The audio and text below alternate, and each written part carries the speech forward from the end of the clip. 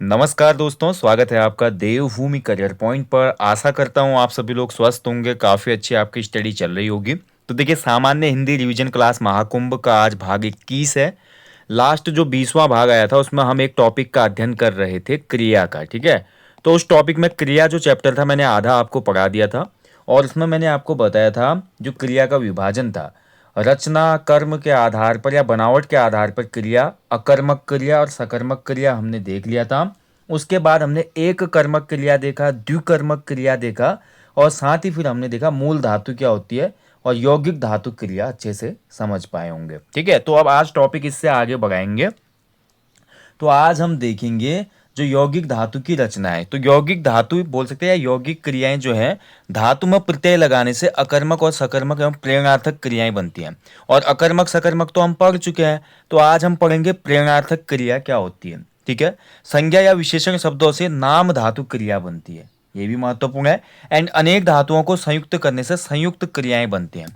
यानी कि last topic में हमने सकर्मक अकर्मक को समझा, उसके अलावा हमने रूढ़ जो हमारी मूल धातु होती है उसको समझा। आज के टॉपिक में हम प्रेरणार्थक क्रिया क्या होती है उसको देखेंगे। उसके अलावा हम देखेंगे संयुक्त क्रिया में नाम धातु नाम बोधक क्रिया क्या होती है और सहायक क्रिया तो महत्वपूर्ण है। और एक लास्ट में पढ़ेंगे अनुकरणात्मक क्रियाएं क्या होती हैं। ठीक है, तो चलिए सेशन शुरू करेंगे। तो सबसे पहले इसमें बात करते हैं भैया आपका प्रेरणार्थक क्रिया। ठीक है, प्रेरणार्थक क्रिया, अब इसको देखिए, अगर अब मैं अलग करता हूं इस शब्द को, प्रेरणा। ठीक है, प्रेरणा प्लस अर्थक। ठीक है, यानी कि ऐसी क्रिया जो प्रेरणा दे रही है, इंस्पिरेशन कर रही है। ठीक है, ध्यान रखेंगे, ऐसी क्रिया जो इंस्पिरेशन पैदा कर रही है तो ये कहलाते हैं प्रेरणार्थक क्रिया। क्रिया के जिस रूप से हमें यह पता चले कि कर्ता कोई काम स्वयं ना करके किसी दूसरे को उस कार्य को करने के लिए प्रेरित करता है, तो वहां पर प्रेरणार्थक क्रिया होती है। और ध्यान रखेंगे, धातु में प्रत्यय लगाने से प्रेरणार्थक क्रियाएं बनती हैं। धातु में प्रत्यय लगाने से अकर्मक सकर्मक भी बनती हैं और साथ ही प्रेरणार्थक क्रियाएं भी बनती हैं। अब इसको और अच्छे से समझेंगे जब एग्जाम्पल आप देखेंगे। तो प्रेरणार्थक क्रिया का एग्जाम्पल है, देखिए आपका, रोहित ने मदन से पत्र लिखवाया। क्या बोला था मैंने प्रेरणार्थक क्रियाओं की परिभाषाओं में कि क्रिया के जिस रूप से हमको पता चलता है कि कर्ता खुद तो कोई काम नहीं करता है लेकिन किसी दूसरे से उस काम को करवाता है। तो रोहित ने खुद तो काम नहीं किया लेकिन मदन से पत्र लिखवाया, यानी कि रोहित ने इंस्पिरेशन दी किसको, मदन को। रमेश ने महेश को जगाया, रमेश आया और उसने महेश को जगाया। ठीक है, काम किसने किया, महेश ने। ऊपर काम किसने किया, मदन ने। मालिक ड्राइवर से गाड़ी चलवाता है। ठीक है, चलाता है नहीं होगा, चलवाता है। ठीक है, मालिक जो है ड्राइवर से गाड़ी चलवाता है। तो मालिक जो है भाई करता है, ड्राइवर जो है यहाँ पे काम कर रहा है। ठीक है, तो कहने का मतलब प्रेरणा मिल रही है। तो ऐसी क्रियाएं जहां पर कर्ता स्वयं तो काम नहीं करेगा लेकिन किसी दूसरे से उस कार्य को करने के लिए प्रेरित करेगा। ऐसे मैं बोलूँ आपका और भी बहुत से एग्जाम्पल हैं, ध्यान रखेंगे। ठीक है, कई बार इससे क्वेश्चन ये बनता है कि मूल धातु के जो शब्द हैं, मूल धातु जो शब्द हैं, मूल धातु शब्दों के प्रथम प्रेरणार्थक क्या होती है, क्रिया। प्रथम प्रेरणार्थक क्रिया और द्वितीय प्रेरणार्थक क्रिया क्या होती है, द्वितीय प्रेरणार्थक क्रिया क्या होती है। ठीक है, जैसे मूल धातु का मैं कोई शब्द लेता हूँ, एक शब्द लेता है जैसे मैं लिखना। ठीक है, लिखना, लिखना जो है हमारा मूल धातु का शब्द है, इसकी प्रथम प्रेरणार्थक क्रिया क्या होगी, तो पहला होता है लिखाना। ठीक है, वह राम को लिखाना सिखाता है। ठीक है, लिखाना। अब वहीं मैं बात करूं, इसका द्वितीय प्रेरणार्थक क्रिया होगी लिखवाना। ठीक है, अब जैसे यहाँ पे चलाता भी ठीक था, चलवाता इसकी द्वितीय हो गई। तो प्रेरणार्थक मूल धातु को प्रथम प्रेरणार्थक क्रिया क्या होगी या द्वितीय प्रेरणार्थक क्रिया क्या होगी, ये आपको एग्जाम में पूछा जाता है। आपको ध्यान रखना है, प्रथम प्रेरणार्थक क्रिया जो है इसमें मूल धातु में आना जोड़ा जाता है और द्वितीय वाले में वाना जोड़ा जाता है। ठीक है, आना और वाना।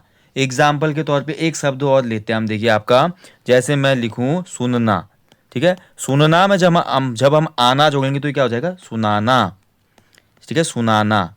और सुनना में जब हम वाना जोड़ेंगे तो क्या हो जाएगा, सुनवाना। ठीक है, क्योंकि इसमें जो मूल होता है आपका, मूल धातु क्या है, देखिए लिखना में मूल धातु लिख है, सुनना में मूल धातु सुन है। ऐसे एक शब्द और लिखते हैं, चलिए, जैसे मैं बोलूँ चलना। ठीक है, चलना। चलना जो है भाई आपका, चल इसमें मूल धातु है। तो मूल धातु में अगर हम देखिए प्रथम प्रेरणार्थक क्रिया बनाने तो आना लगाएंगे, तो चल में जब आना लगाएंगे तो क्या हो जाएगा आपका, चलाना। ठीक है, और मूल धातु में जब हम द्वितीय प्रेरणार्थक क्रिया बनाएंगे तो वाना लगाएंगे, तो चल धन वाना, चलवाना। ठीक है, समझ पाएंगे। तो प्रेरणार्थक क्रिया क्या होती है और मूल धातु के शब्दों को प्रेरणार्थक क्रियाओं में कैसे बदला जाता है, ये आपको अच्छे से यहाँ पे क्लियर हो गया होगा। चलिए अब पढ़ेंगे अगली क्रिया जो है। अगली क्रिया है संयुक्त क्रिया। संयुक्त क्रिया क्या होती है, जहां पर दो या दो से अधिक क्रियाओं का प्रयोग साथ साथ होता है। जहां पर दो या दो से अधिक क्रियाओं का प्रयोग साथ साथ होगा। ठीक है, क्रियाओं होना चाहिए यहाँ पे, क्रियाओं। तो दो से अधिक क्रियाएं होंगी जहां पे एक ही वाक्य में ना, वहां पे संयुक्त क्रिया होगी। जैसे मैं बोलूं वह खा चुका। ठीक है, खा क्या है इसमें, देखिए खाना क्या है, ये क्रिया है, और चुका मतलब ये भी आपकी क्रिया है। ठीक है, खा भी क्रिया है इसमें, चुका भी क्रिया है, तो दो क्रिया है ना। ऐसे में बोलूं, देखिए मोहन किताब पढ़ने लगा। पढ़ना जो है आपका क्रिया है इसमें, और लगना जो है आपका वो भी क्रिया है। ठीक है, तो ऐसे वाक्य या बोल सकते हैं जहां पर दो या दो से अधिक धातुओं या क्रियाओं का प्रयोग साथ साथ होता है, तो क्रिया के इस रूप को संयुक्त क्रिया वहां पे कहा जाता है। ठीक है, ध्यान रखेंगे। चलिए अब देखिए, अर्थ के आधार पर जो है संयुक्त क्रिया के कितने भेद होते हैं, कभी क्वेश्चन बन जाता है। हालांकि इतने याद करने की कोई आवश्यकता नहीं है, केवल आपको ये याद रखना है अर्थ के आधार पर, अर्थ के आधार पर संयुक्त क्रिया के कितने भेद होते हैं, 11 भेद होते हैं। ठीक है, संयुक्त क्रिया के 11 भेद होते हैं। ठीक है, अर्थ के आधार पर ये महत्वपूर्ण है, ध्यान रखेंगे। इसमें होता है आरंभ बोधक, आरंभ का जस्ट उल्टा आपका समाप्ति बोधक। ठीक है, दो हो गए। फिर होता है आपका अनुमति बोधक, जिसमें अनुमति ली जाती है, 3। अवकाश बोधक 4। ठीक है, इसके बाद नित्यता बोधक 5, शक्ति बोधक 6, इच्छा बोधक 7, आवश्यकता बोधक 8। ठीक है, पुनरुक्ति बोधक 9, निश्चय बोधक 10, और एक होता है अभ्यास बोधक। ठीक है, तो ये 11 होते हैं अर्थ के आधार पे। ठीक है, इतना तो नहीं पूछेगा, लेकिन इतना पूछ सकता है कभी एग्जाम में कि संयुक्त क्रिया के कितने भेद माने जाते हैं। ठीक है, चलिए अगली जो क्रिया है भैया आपकी, वो है नाम धातु क्रिया। नाम धातु क्रिया, नाम धातु क्रिया क्या है, जो संज्ञा सर्वनाम या विशेषण शब्दों से बनती है, उस क्रिया को नाम धातु क्रिया कहा जाता है। ऐसी क्रिया जो संज्ञा सर्वनाम या विशेषण शब्दों से ही निर्मित होगी। जैसे मैं बोलूं बात से बतियाना, वह बहुत बतियाता है, तो बतियाता जो संज्ञा, जो उसमें क्रिया है, वो किस क्रिया के अंतर्गत आएगी, नाम धातु के अंदर, क्योंकि बतियाता जो शब्द बना है वो बात से बना है। ठीक है, बात से। ऐसे मैं बोलूं कि आपका हाथ से हथियाना, देखिए, ठीक है, ये नाम धातु क्रिया है। तो संज्ञा सर्वनाम विशेषण शब्द। ठीक है, जैसे मैं बोलूं आपका कोई विशेषण शब्द मैं आपका बोलता हूं जो विशेषता बताता है, जैसे मैं बोलूं आपका गरम, गरम शब्द, गरम जो है एक विशेषता बता रहा है। गरम से आपका जो शब्द हो जाता है गरमाना। ठीक है, गरम से क्या हो जाएगा, गरमाना। ठीक है, तो ये हमारा गरमाना क्या हो जाएगी, नाम धातु क्रिया। ऐसे मैं बोलूं, देखिए सर्वनाम शब्द कोई अपना। ठीक है, सर्वनाम शब्द अपना, अपना का हमारा नाम धातु क्रिया क्या हो जाएगी, अपनाना। ठीक है, अपनाना। तो ऐसे शब्द ध्यान रखना है, आपने शब्द को देखना है और समझ जाना है कि ये शब्द जो है हमारा, ये तो भाई संज्ञा शब्द है, सर्वनाम शब्द है, विशेषण शब्द है, और इसी का क्रिया के रूप में प्रयोग हो रहा है, तो यहाँ पे पक्का नाम धातु क्रिया होगी। ठीक है, इतना आपको याद रखना है। क्लियर, चलिए आगे बढ़ेंगे। इसके बाद होती है देखिए नाम बोधक क्रिया। ऊपर हमने देखा नाम धातु क्रिया, और दूसरी होती है नाम बोधक क्रिया। संज्ञा अथवा विशेषण शब्दों के साथ क्रिया के जुड़ने से जो हमें संयुक्त क्रिया मिलती है ना, उसको नाम बोधक क्रिया कहा जाता है। ठीक है, कहने का मतलब फिर समझिए, संज्ञा और विशेषण शब्दों के साथ क्रिया जुड़ने से जो हमको संयुक्त क्रिया मिलेगी, वो नाम बोधक क्रिया कहलाएगी। जैसे संज्ञा से मैं अगर बात करूं, देखिए उदाहरण भी दिया है यहाँ पे, सब तब समझ में आएगा। संज्ञा से मैं अगर बात करूं, लाठी मारना, लाठी क्या हो गई, लाठी जो है संज्ञा हो गई, मारना जो हो गई क्रिया हो गई। तो दोनों शब्द हम एक प्रकार एक साथ यूज करते हैं ना। तो जैसे मैं शब्द यूज करूंगा लाठी मारना, ठीक है, तो ये हमारी किस में आ जाएगी, नाम बोधक क्रिया में। और दूसरा देखिए विशेषण का प्रयोग करके देखते हैं, सुखी रहना। सुखी शब्द कैसा है, सुखी शब्द जो है हमारा विशेषण है, सुखी शब्द विशेषण है, और रहना जो है हमारा क्रिया है। ठीक है, तो ये आपका क्या हो जाएगा, नाम बोधक क्रिया। क्लियर, समझ पाएंगे। चलिए आगे बढ़ेंगे। अगली होती है देखिए आपकी सहायक क्रिया। ठीक है, सहायक क्रिया मैं शायद पहले भी आपको बता चुका था। सहायक क्रिया जो होती है, सहायक क्रिया मुख्य क्रिया के रूप को और अधिक स्पष्ट करने में सहायता प्रदान करती है। मुख्य क्रिया के रूप को स्पष्ट करने में सहायता प्रदान करती है। ठीक है, इसको बोलते हैं सहायक क्रिया। जैसे मैं बोलूं आपका मोहन जाता है, मोहन जो है क्या करता है, जाता है। जाता तो क्या हो गई, क्रिया हो गई। अब देखिए मैं केवल मोहन जाता लिखूंगा तो क्या हमारा वाक्य स्पष्ट होगा? नहीं होगा ना, क्रिया स्पष्ट होगी नहीं। हम हमेशा यूज करते हैं मोहन जाता है, तो है जो है इसमें ये आपका सहायक क्रिया है। ठीक है, सहायक क्रिया हो जाएगी। है जो है इसमें सहायक क्रिया हो जाएगी। ऐसे मैं बोलूं कि मैं पढ़ा था, ठीक है, मैं पढ़ा था, ठीक है, मैं पढ़ा था, तो यहां पर आप देखेंगे मैं पढ़ा बोलूंगा तो आएगा वाक्य, समझ में नहीं आएगा। मैं पढ़ा था यानी कि भूतकाल का वाक्य, ये भी तो पता चल रहा है कि क्रिया कब हुई है इन लास्ट के सहायक क्रिया के शब्दों से। सहायक क्रिया से ये भी पता चलता है कि आपकी क्रिया कब हुई थी। जैसे वर्तमान काल में है देखने को मिलता है, वह जा रहा था, वह खा रहा था, वह सो रहा था, वह जा चुका था, ठीक है, मैंने उसको देखा था, ठीक है। और जो हमारा लास्ट में आएगा गागेगी, तो उसमें हमारा फ्यूचर टेंस पता चलता है, काल वाले टॉपिक में पढ़ा था। तो यहाँ पर ही हो जाएगी आपकी सहायक क्रिया। ठीक है, तो ये ध्यान रखना, आपका जो सहायक क्रिया है, सहायक क्रिया के कुछ पद होते हैं, याद कर लो उनको। सहायक क्रिया के कुछ शब्द होते हैं, जैसे कि आपका है, ठीक है के अलावा हैं, ठीक है हैं, हुए, थे, था, ठीक है। तो ये आपका क्या है, सहायक क्रिया के प्रकार हैं। क्लियर? चलिए, अगली जो क्रिया होती है ये महत्वपूर्ण भाई, एग्जाम में क्वेश्चन बनता है, पूर्वकालिक क्रिया। ठीक है, पूर्वकालिक क्रिया क्या होती है आप समझिए इसको। पूर्वकालिक यानी कि काल पूर्व में उसका एक काल बीत गया, पूर्वकालिक। जब कर्ता एक क्रिया समाप्त कर उसी क्षण दूसरी क्रिया में घुस जाता है या प्रवृत्त होता है, तो पहली क्रिया पूर्वकालिक क्रिया कहलाती है। यानी कि जो क्रिया खत्म हो चुकी होती है, जो काम पूरा हो चुका होता है, उसको पूर्वकालिक क्रिया कहते हैं। जैसे मोहन दूध पीकर सो गया, ठीक है, मोहन ने क्या किया, पहले दूध पिया, फिर उसके बाद सोने की क्रिया की। पहले तो पीने की क्रिया की, दूध पीकर, फिर उसके बाद उसने सोने की क्रिया की। ठीक है, ऐसे मैं दूसरा एग्जाम्पल बोलूं, जैसे ये मनोज नहाकर पढ़ने लगा। ठीक है, मनोज जो था नहाकर पढ़ने लगा, तो मनोज ने क्या किया, पहले नहाया, फिर उसके बाद पढ़ने लगा। तो एक क्रिया तो खत्म हुई है ना, यहाँ पे साफ पता चल रहा है। मैं अभी बोल रहा हूं कि मनोज नहाकर पढ़ने लग गया है या पढ़ने लगा, तो उसने नहा लिया, इसका मतलब मोहन दूध पीकर सो गया। मोहन ने दूध पिया पहले, फिर उसके बाद सोया वो। यानी कि एक क्रिया खत्म करके दूसरे में जब एंटर करेगा आदमी, तो वहां पर आपकी पूर्वकालिक क्रिया होती है। महत्वपूर्ण है, ध्यान रखेंगे। जैसे मैं बोलूं कि मैं अभी सोकर उठाऊं, ठीक है, मैं अभी सोकर उठा, मैं सोया था अभी उठा ही हूँ, यानी कि एक क्रिया समाप्त कर दी मैंने सोने की, अब उठाऊं मैं। ठीक है, तो ध्यान रखिएगा। चलिए आगे बढ़ेंगे। अगली होती है देखिए आपका क्रियार्थक संज्ञा। ये थोड़ा महत्वपूर्ण है, क्रियार्थक संज्ञा। जब किसी क्रिया का प्रयोग वाक्य में संज्ञा की तरह किया जाता है तो उसको क्रियार्थक संज्ञा कहते हैं। ध्यान रहे, क्रियार्थक संज्ञा सदैव एक वचन पुल्लिंग में रहती है। ठीक है, क्रियार्थक संज्ञा सदैव एक वचन पुल्लिंग में रहती है। एग्जाम में क्वेश्चन इतना भी बन सकता है आपका कि जो हमारी क्रियार्थक संज्ञा होती है वो किस रूप में रहती है, तो सदा एक वचन, और इसके अलावा बन जाएगा बहुवचन, एक वचन और बहुवचन दोनों, इनमें से कोई नहीं, तो ये सदा एक वचन में ही रहती है। जैसे टहलना स्वास्थ्य के लिए अच्छा है, तो टहलना तो देखिए एक क्रिया शब्द है ना, टहलता हूं, मैं टहलता हूं बोलूंगा तो टहलना मतलब घूमना। लेकिन यहां पर आप देख रहे हैं टहलता, टहलना शब्द से ही पूरा वाक्य जुड़ा हुआ है।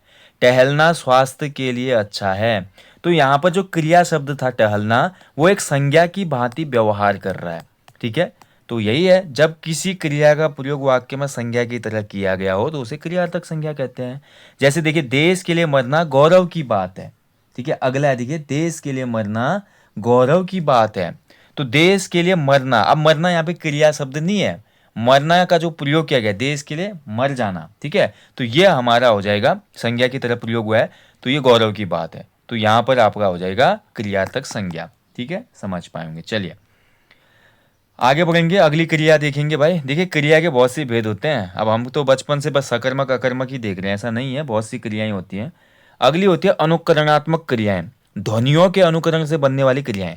यानी कि जो ध्वनि होती है, ध्वनियों के अनुकरण से क्रिया बनती है। जैसे कि मैं बात करूं आपका खटखट, खटखट शब्द, खटखट शब्द से हमारी जो अनुकरणात्मक क्रिया बनेगी वो हो जाएगी खटखटाना, खटखटाना। ठीक है, ऐसे चरचर, चरचर, चरचर से आपका बन जाएगी चरचराना।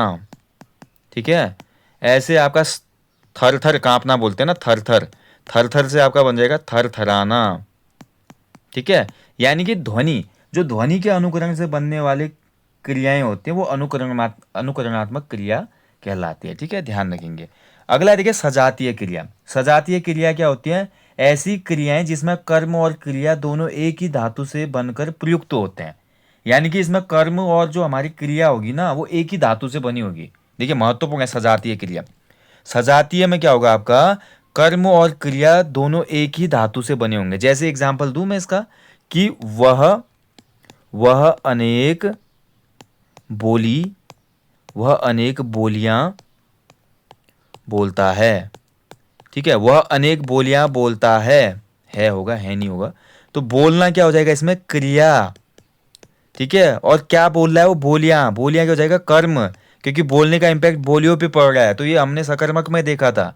तो ये देखिए बोलियां जो शब्द है और बोलता है, इसमें अगर ध्यान से देखेंगे बोलियां और बोलता, बोलियां और बोलता शब्द में अगर ध्यान से देखेंगे तो इन दोनों का जो मूल धातु शब्द है वो है बोल। ठीक है, तो क्या बोला था परिभाषा? वह क्रियाएं जिसमें कर्म एवं क्रिया दोनों एक ही धातु से बनकर प्रयुक्त होते हैं वह कहलाता है आपका क्या? सजातीय क्रिया। ठीक है, यानी कि एक ही जात की क्रिया। ठीक है, इसके अलावा देखिए आपका क्रिया के जिस रूप से ये ज्ञात होता है कि वाक्य में कर्ता कर्म और भाव में किसकी प्रधानता है, तो वो आपका कहलाता है आपका 3 प्रकार की हमारे होते हैं ना, जिसमें हम पढ़ते हैं कि कर्ता कर्म और भाव के अनुसार क्रिया के लिंग वचन और पुरुष का प्रयोग किया जाता है। प्रयोग के आधार पे हमारा वाच्य वाच्य आता है ना एक, हालांकि सिलेबस में नहीं फिर भी देख लो।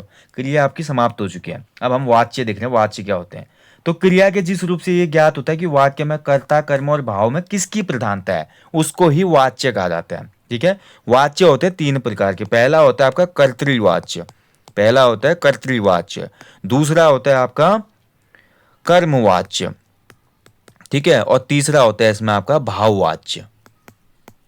ठीक है, तो ये वाच्य होते हैं। वाच्य के 3 प्रकार होते हैं, कर्तृवाच्य, कर्मवाच्य, भाववाच्य। कर्तृवाच्य क्या होता है? जिस वाक्य में क्रिया का प्रयोग कर्ता के अनुसार किया जाता है। ठीक है, इसे कर्तृवाच्य कहते हैं। इस प्रकार के वाक्यों में लिंग और वचन प्रायः कर्ता के अनुसार होता है। जैसे मैं बोलूं कर्तृवाच्य में कर्ता ही होगा, कर्ता की प्रधानता होगी इसमें, जो करने वाला है कर्ता। जैसे मैं बोलूं बच्चे खेलते हैं। ठीक है, उसके अलावा मैं बोलूं कि आपका गीतांजलि पत्र लिखती है, तो गीतांजलि जो है आपका पत्र लिख रही है। ठीक है, गीतांजलि क्या हो जाएगा? ये सभी वाक्य आप देख रहे हैं, इसमें सकर्मक अकर्मक दोनों प्रकार की क्रियाएं होती है। जैसे बच्चा खेलता है, तो बच्चा खेलता है में बच्चा जो है आपका बच्चे पे आधारित वाक्य है। कौन खेला? बच्चा, तो ये आपका कर्तृवाच्य हो गया। ठीक है, दूसरा कर्मवाच्य में जाते हैं, तो जिन या जिस वाक्य में कर्म के अनुसार क्रिया में परिवर्तन होता है उसे कर्मवाच्य कहते हैं। कर्मवाच्य में कर्म प्रधान होगा। जैसे मैं बोलूं पत्र लिखा जाता है, कहानी लिखी जाती है। ठीक है, तो यानी कि आपका कर्म जो है आपका देखिए कर्म आधारित सेंटेंस होगा। मैंने क्या बोला? कर्मवाच्य में पत्र लिखा जाता है, तो पत्र जो है कर्म है पहले, तो कर्म पहले आ जा रहा है। देखिए पत्र लिखा जाता है, यानी कि जो कर्तृवाच्य होंगे इसमें कर्ता पहले आएगा जहां पे वाक्य शुरू होगा। कर्मवाच्य में कर्म से वाक्य शुरू होगा। जैसे पत्र लिखा जाता है, लिखना क्रिया है, पत्र जो है कर्म हो जाएगा। ऐसे मैंने बोला कहानी लिखी जाती है, कहानी जो है कर्म है। ठीक है, तो आपको ये याद रखना। पुस्तक पढ़ी जाती है, तो पुस्तक क्या है? आपका कर्म है, पढ़ना क्या है? क्रिया है, तो ये आपका कर्मवाच्य होगा। तीसरा होता है भाववाच्य। भाववाच्य में क्या होता है? देखिए कर्ता और कर्म को छोड़कर भाव के अनुसार जहाँ पे अनुसरण होता है वाक्य में, वो भाववाच्य कहलाता है। जैसे मुझसे अब चला नहीं जाता, चिड़िया से उड़ा नहीं जाता। ठीक है, बुढ़ापे में अब उठा नहीं जाता। ठीक है, ऐसे बोलते हैं ना, अब चला जाए। ठीक है, अब चला जाए, जहां पर भी क्या होता है आपका भाव आता है, यानी कि भाव का पता चलता है। इसमें ना तो कर्ता की प्रधानता है ना कर्म की, लेकिन भाव की प्रधानता की वजह से इनको भाववाच्य कहा जाता है। ठीक है, तो वाच्य भी आपका क्रिया के साथ साथ यहाँ पे कंप्लीट हो गया। ठीक है, तो चलिए दोस्तों आज के टॉपिक में मैंने क्रिया जो आपका समाप्त हो चुका है, तो क्रिया के कुछ यहाँ पे प्रैक्टिस कुछ क्वेश्चन है जिनको हम देख लेते हैं, तो थोड़ा अभ्यास भी हो जाएगा। ठीक है, प्रश्नों का, तो चलिए देखते हैं कौन से प्रश्न है। तो पहला है देखिए, निम्न में से किस वाक्य में कर्मवाच्य नहीं है? ठीक है, तो कौन सा भाई जिसमें कर्मवाच्य नहीं है? तो देखिए कर्मवाच्य क्या होता है? कर्म प्रधान होगा। तो जहां पर आपका देखिए कर्म प्रधान मतलब यानी कि वाक्य की शुरुआत कर्म से हो रही होगी। ठीक है, इतना मैंने आपको हिंट दे दिया। तो ध्यान से देखो कौन सा वाक्य है जिसमें कर्म से शुरू हो रहा है वाक्य। तो राइट आंसर हो जाएगा आपका इसमें। ठीक है, तो राइट आंसर है ऑप्शन डी, बालक खिलखिलाकर हंस रहा था। ठीक है, ध्यान रखेंगे। अच्छा कर्मवाच्य नहीं है पूछ रहा है वो। ठीक है, नहीं है, निम्न में से किस वाक्य में कर्मवाच्य नहीं है? देखिए, उससे खाना नहीं खाया गया, क्रिया बाद में आ रही है, खाना पहले आ रहा है, पुस्तक पहले आ रही है, यानी कि कर्म है इसमें। दोषी व्यक्ति द्वारा क्षमा याचना की गई, इसमें भी आपका कर्म है। बालक खिलखिलाकर हंस रहा था, तो बालक जो था खिलखिलाकर हंसा था, ठीक है। तो इसमें कहीं पे भी कर्म नहीं है और हंसने की क्रिया का इम्पैक्ट पड़ रहा है बालक पे, यानी कि किस में कर्मवाच्य नहीं है? ऑप्शन डी में, ठीक है। चलिए आगे बढ़ेंगे। राम सेब खाता है, इस वाक्य में क्रिया का कौन सा प्रकार है? तो राम जो है सेब खाता है, तो राम सेब खा रहा है, यानी कि खाता है, ठीक है। तो इसमें हो जाएगा आपका राइट आंसर हो जाएगा इसका ऑप्शन बी, सकर्मक क्रिया है। राम जो है इसमें करता है, सेब जो है आपका कर्म है और खाना क्रिया है, तो क्रिया का इम्पैक्ट पड़ रहा है सेब पर, तो यहाँ पर हो जाएगी आपकी सकर्मक क्रिया बी। आगे देखिए, जब किसी वाक्य की क्रिया के लिंग वचन और पुरुष कर्ता के लिंग वचन और पुरुष के अनुसार ही हो, तब वाक्य में कौन सा वाच्य होता है? अभी मैंने आपको बताया, तो यहाँ पर जो आपका वाच्य होता है वो कर्तृवाच्य होता है, ठीक है, ऑप्शन बी। आगे बढ़ेंगे, इनमें से किस वाक्य में क्रियार्थक संज्ञा का प्रयोग हुआ है? तो क्रियार्थक संज्ञा क्या थी? क्रियार्थक संज्ञा में मैंने आपको बताया, जब संज्ञा शब्द का प्रयोग किया जाता है, ठीक है, मतलब क्रिया का जब संज्ञा के रूप में प्रयोग किया जाता है, तो क्रियार्थक संज्ञा वाला शब्द आपका पहला ही जो ऑप्शन है इसमें वो सही हो जाएगा, ऑप्शन ए राइट आंसर हो जाएगा, टहलना। टहलना जो है क्रिया शब्द है, टहलना एक क्रिया शब्द है, लेकिन यहाँ पर संज्ञा के रूप में प्रयोग हो रहा है शब्द, टहलना स्वास्थ्य के लिए अच्छा है, तो ये हमारी क्रिया संज्ञा रूप में प्रयुक्त हो रही है और इसी को कहा जाता है क्रियार्थक संज्ञा। अगला देखिए, क्रिया के संदर्भ में इनमें से कौन सा कथन सत्य है? तो बताना है कौन सा कथन सत्य हो जाएगा, ठीक है। तो पहला जो है देखिए आपका इसमें, क्रिया के साथ क्रिया जोड़ने से संयुक्त क्रिया बनती है, तो उसे नाम बोधक कहते हैं, ठीक है, ये आपका गलत हो जाएगा, नाम बोधक नहीं होगा ये। जब कर्म संज्ञा की तरह व्यवहार में आए तब वह क्रियार्थक संज्ञा कहलाती है, तो ये भी गलत है, कर्म नहीं क्रिया आनी चाहिए, क्रिया जब संज्ञा की तरह व्यवहार में आती है तब क्रियार्थक संज्ञा बनती है। अगला है, जब कर्ता एक क्रिया समाप्त कर उसी क्षण दूसरी क्रिया में प्रवृत्त होता है तो पहली क्रिया पूर्वकालिक कहलाती है, तो सी इसमें बिल्कुल सही है। तो पहले जो क्रिया थी वो आपका पूर्वकालिक क्रिया कहलाते हैं, जैसे वह नहाकर सो गया, ठीक है, वह नहाकर खाना खाने लगा, तो ये आपका पूर्वकालिक क्रिया है, तो सी आंसर इसमें सही हो जाएगा, ठीक है। चलिए अगला है, देखिए लास्ट क्वेश्चन ही है, निम्न में से अकर्मक वाक्य कौन सा है? तो अकर्मक वाक्य वो वाक्य होंगे जिसमें कर्म नहीं होगा, कर्म मिसिंग होगा, ठीक है। तो मीरा गाना गाती है, तो गाना मीरा जो है करता है, गाना गाने का काम हो रहा है, तो गाना कर्म है इसमें। राजू पत्र लिखता है, पत्र इसमें कर्म है, देखिए। कुतुब मीनार दिल्ली में है, ठीक है, कुतुब मीनार जो है कहाँ पे है? दिल्ली में है, तो यहाँ पर आपका कोई भी कर्म नहीं है इस वाले में, सी वाले में, ठीक है, तो सी आंसर हो जाएगा। गाय क्या खा रही है? घास, घास क्या हो जाएगा? कर्म हो जाएगा, ठीक है। तो यहाँ पर सी ऑप्शन में कोई भी कर्म नहीं है, तो आंसर हो जाएगा ऑप्शन सी। ओके दोस्तों, चलिए, तो ये था सामान्य हिंदी रिवीजन क्लास या महाकुंभ भाग 21, ठीक है। अब कुछ और महत्वपूर्ण टॉपिक रह गए हिंदी को, उनको समाप्त करेंगे, फिर जीएस की रिवीजन क्लास चलाएंगे। बाकी डिटेल में अगर आपको जीएस पढ़ना है तो आप एप्लीकेशन स्टोर से हमारा न्यू कॉम्बो कोर्स या ओनली जीएस कोर्स भी ले सकते हैं, जिसमें जीएस के साथ कंप्यूटर भी है, रीजनिंग भी है। ओके, बाकी यहीं पे सेशन को मैं समाप्त करूंगा दोस्तों, मिलूंगा मैं आपको जल्दी नेक्स्ट सेशन में, तब तक आप लोग अच्छे से अपनी स्टडी करें, अपना ध्यान भी रखें और अपने जीवन में कम से कम एक पेड़ लगाएं और लोगों को भी इसके लिए अवेयर करें, ठीक है, लोगों को इसके लिए ज़रूर अवेयर करें। चलिए, बाकी आपका कोई फीडबैक हो या डाउट क्वेरी हो तो कमेंट बॉक्स में आप कमेंट कर सकते हैं। फॉरेस्टर वालों की जो टेस्ट सीरीज है, मॉक टेस्ट है, मतलब वो अपलोड कर दिए गए हैं, इस बार मॉक टेस्ट है, फुल लेंथ प्रैक्टिस सेट नहीं है, तो फॉरेस्टर की मॉक टेस्ट आप ले सकते हैं। आपके लिए एक नया कोर्स और लॉन्च कर रहा हूँ मैं, ठीक है, रीजनिंग के मॉक टेस्ट, ठीक है। तो रीजनिंग के मॉक टेस्ट में भी क्या होगा, आपको चैप्टर वाइज मॉक टेस्ट दिए जाएंगे रीजनिंग के, और इसके बाद आपका डिटेल्ड सॉल्यूशन होगा, ठीक है, डिटेल्ड सॉल्यूशन दिया जाएगा उसका, क्लियर। और ये आपका पीडीएफ फॉर्मेट में ही होगा, एप्लीकेशन स्टोर पे इसको लॉन्च कर देंगे। So guys, thank you for watching, जल्दी मिलते हैं। जय हिंद, जय देवभूमि।